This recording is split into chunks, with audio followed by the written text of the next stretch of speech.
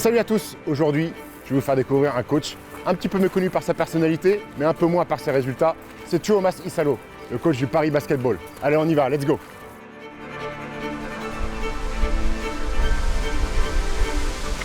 Tuomas, hello. Bonjour. Thanks for being with us. Thank you very much. You ready to talk basketball? I think so, yeah. Let's go. Let's see. Let's go. Are you familiar with this place in Paris? Yes, actually I am. I do a lot of my running here. So you live in close? Yes, I live a few kilometers from here, and it's a beautiful area. I heard you have two famous neighbors. You heard about that? Yes. Two famous French singers. Yes, I've heard about this. I was told this. Eddie Mitchell and MC Solar. Did you try to listen to music? I like MC Solar's music. You like it? Eddie Mitchell I haven't listened to too much. It's for all people, Eddie Mitchell. Okay. So let's start with the beginning. You were a great player, national team, but you only play in Finland. Why? Well, first of all, I think you're the first person to describe my playing career or me as a great player. Playing for national team, it means you are a decent player. Decent player. I was a good to average to good player. I never thought I reached my potential as a player. I'm still a little bit not mad about it, but it's something that also drives the coaching. That I wanted to succeed as a player, and it never really came true the way I had pictured it, my own development. But I started coaching at a very early age, and luckily, I've been able to go abroad in this profession rather than as a player. But I had some chances to go outside of Finland, but the timing was never quite right, or there was interest but never an offer. And when the real interest came, my wife was already pregnant, and we made a family decision that I don't regret at all. And it came then in a different way, the European basketball. And what was the strong point? What was your strong point when you were playing? I had very good work ethic, and I was a good shooter. Yeah. During my best seasons, I was a very good shooter. I was a movement shooter, and I had pretty good size for position too, but also the game changed a lot during those years. Playcalling? Yes, that was the weak link. That's why I'm better at teaching the pick and roll than running it. Good passer, because I heard John Stockton was your favorite player. Yes, you heard right. He was a big inspiration to me. But I had a pretty good basketball IQ and vision, but the ball handling and was a limiting factor for me, like it was for I think a lot of guys from my generation. That's the thing that's changed the most. I was a player, and if I start to get hurt, like hit 2 or 3 threes in a row, and I was sub after 3 minutes, I became crazy. You and me both. How do you handle that? For example, Nadia Yes. sometimes can be on fire. Yes. And you have to sub after 3 minutes. It's tough as a player to go and sit on the bench. I think it depends what you're used to. You will get used to basically anything. I think that's a good definition of human beings. Whatever is asked from you, and obviously our practices imitate this. So we also work in this type of fashion in the practices where incredibly intense effort is required for a certain amount of time. And then you rest, and then you do it again, and rest, and do it again. And I know the players, when we first started doing it, it was last year, like in this like extreme way, and the players were somewhat surprised of this. And I know I talked to TJ, for example, he thought it was crazy in the beginning, but at the end of the season, he said it was a complete game changer once you got used to it, and that you were able to give everything you have, and you never had to think about saving anything. And this is also what then kind of turbocharged the whole idea, and it made a lot of those concepts like on steroids. Yes.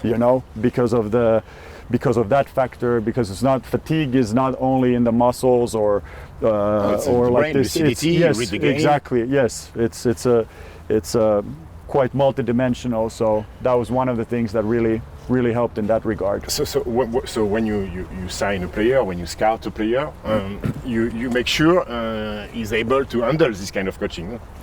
Yeah, of course. Or maybe you take a guy and you try to make him change. it's a little bit of both, and we adjust also. You know, I always think it's very important to have quite a clear idea of what you are recruiting for, because otherwise every player in the world is a possibility if you don't have a clear idea what you're looking for. But then again, you must be able to adjust, because when you get the players and you see them, you notice that they're not exactly the way you might have thought. Maybe one can play better pick and roll, and this player, you thought he was going to be a great on-ball defender, but maybe he's very good at protecting the rim or something like this, and then you adjust. So they're constantly interacting. The idea of basketball is interacting with the kind of the players that you have, and that's why, for me, people always say, okay, you have a very distinct style of play, but to me every team is very different.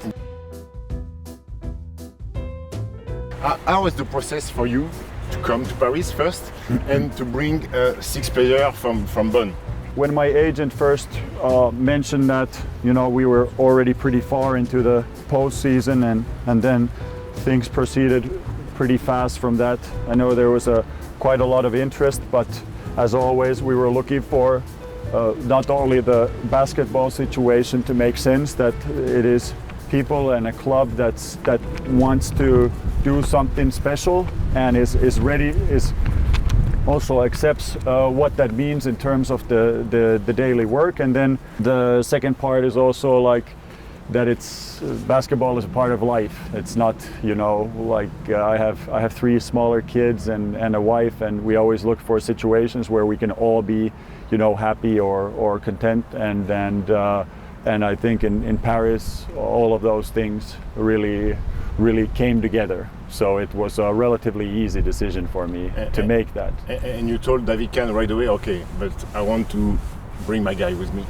No, we looked at the French core that we had, because this is always the key piece. Yes, it's the same in every country. You need a very strong domestic core to be able to compete, and we were in a good situation because we had signed Nadir at that point, or the club had signed Nadir, and also Ismail Kamagate was signed. Contract, So I thought, okay, these are the 2 young guys we are going to, you know, build around. And then little by little it became obvious that maybe Ismail didn't want to continue, or there were other opportunities that were you know, more lucrative to them, and also after when I did my exit interviews in Bonn, I informed the players that I won't be continuing here, and there were way more than 6 players who asked and that would I take them with, because they had enjoyed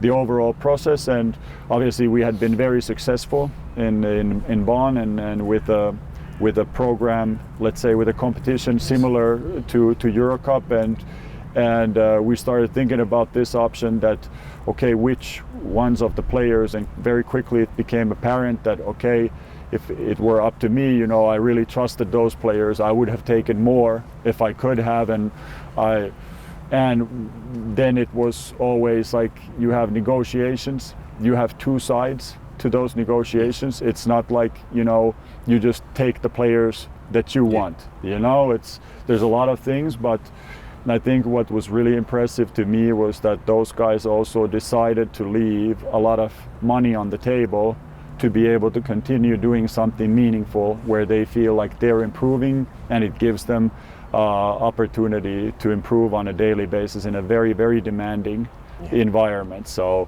it was a 2-way street, and to the club's credit, I know like there was initially, you know, because these were mainly my decisions, you know, and I know the club took a lot of heat for that, you know, also for this, but it was like, okay, it hasn't been done before. That's no reason why it cannot be done now, you know. They are short contracts. We didn't break any rules or anything like this, and everybody chose just that we have something good going on, and let's keep it going, and it went in this direction, and in the end we were a little bit surprised that so many of those players ended up with us. It was never the plan. It's just how it unfolded.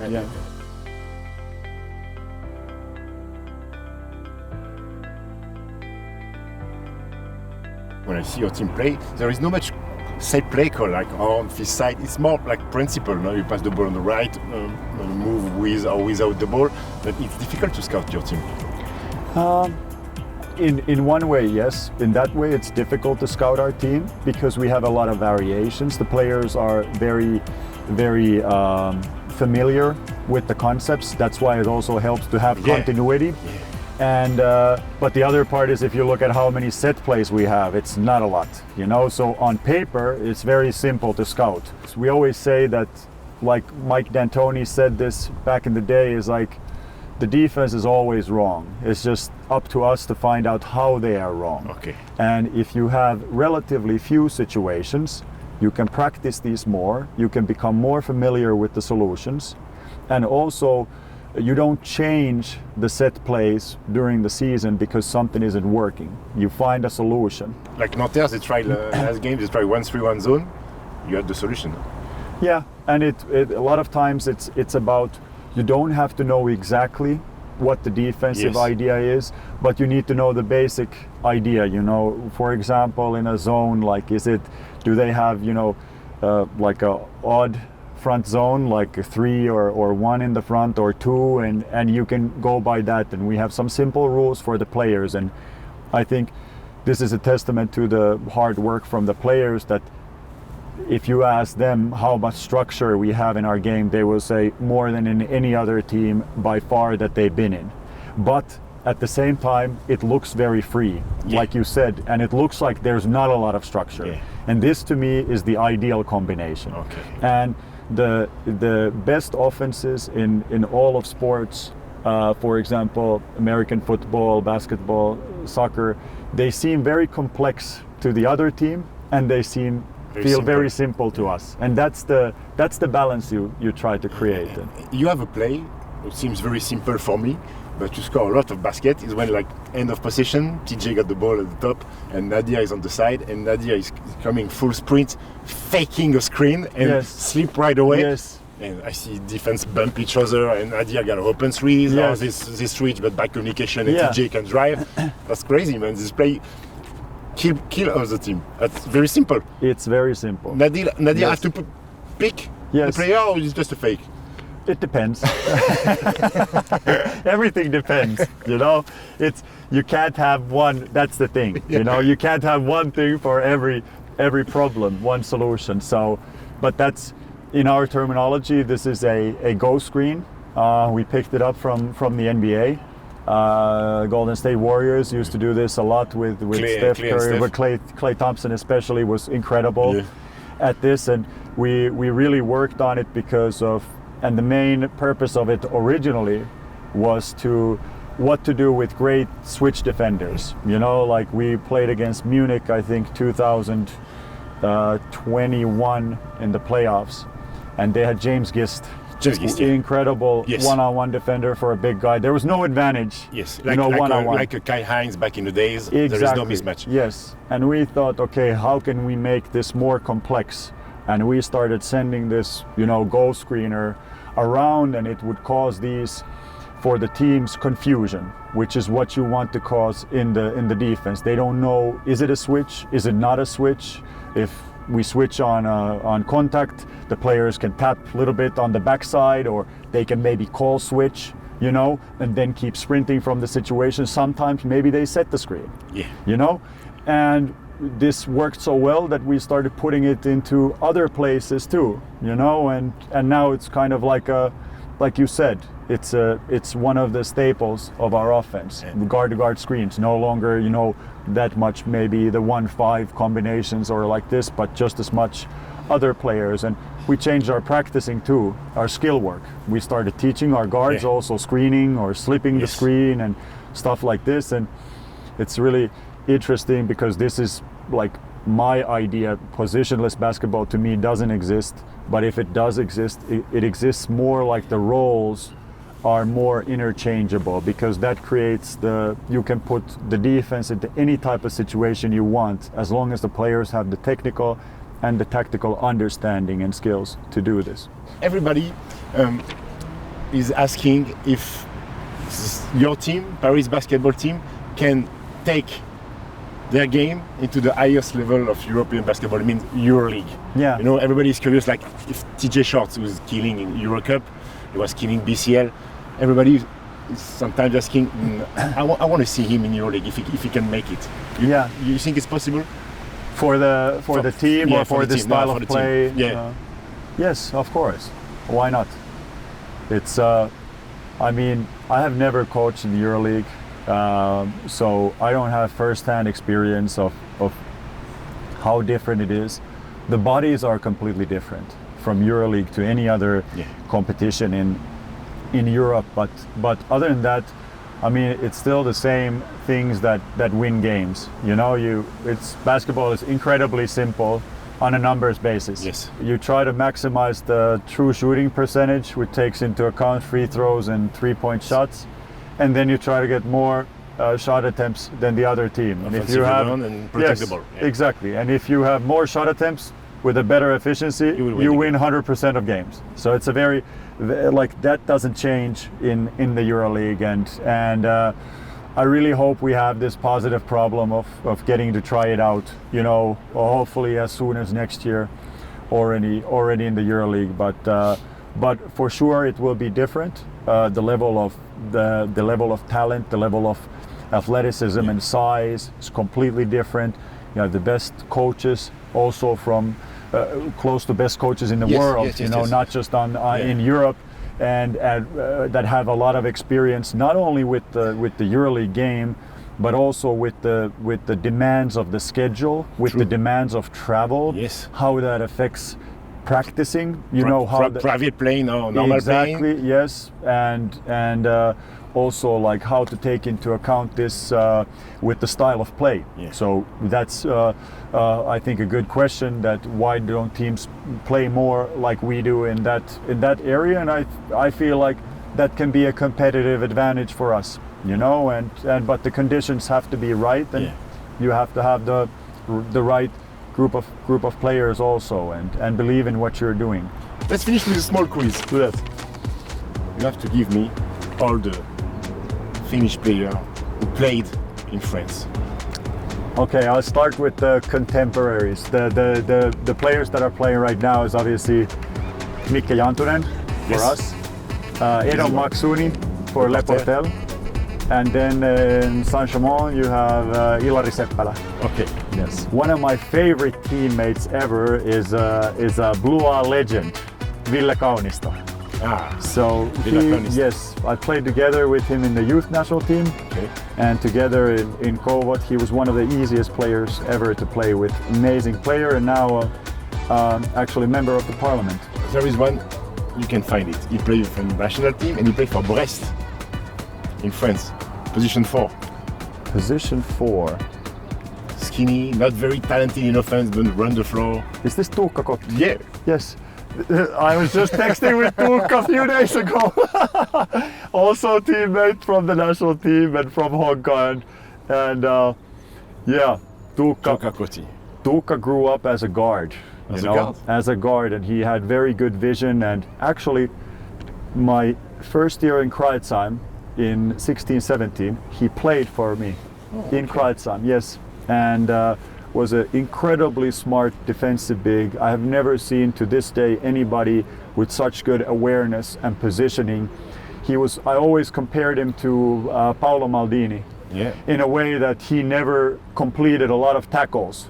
You know, because those situations never happened. When Tuukka was on the floor, there were no fires, so there's nothing to put out. And he was this type of player, and also one of the guys that was really, really easy to play with. Very, very good player. The last one, I think it's difficult. Okay. I played with him in Brest. Okay. Eero Tingren? Eero Tingren, another teammate of mine from Kouvola. Yes. Yes. Okay. Was this in around 2003, 2004? Okay. I think. Yeah. I think he arrived in the middle of the season. Do you know where he arrived from? From Yes, from Kouvola. Yes, okay. From our team, and Eero's career a little bit after that slowed down, but he had a good college career and was a national team player also. I'm happy to see the new core of the Finnish national team kind of little by little grow in stature, and that's good for Finnish basketball development. You have a very good knowledge from your country. Congratulations. Thank you, at least in terms of basketball. Thanks a lot. Thank you very much. It was a great pleasure. Yeah, Great talk. absolutely. Yeah. Good luck for the final. Thank you very much.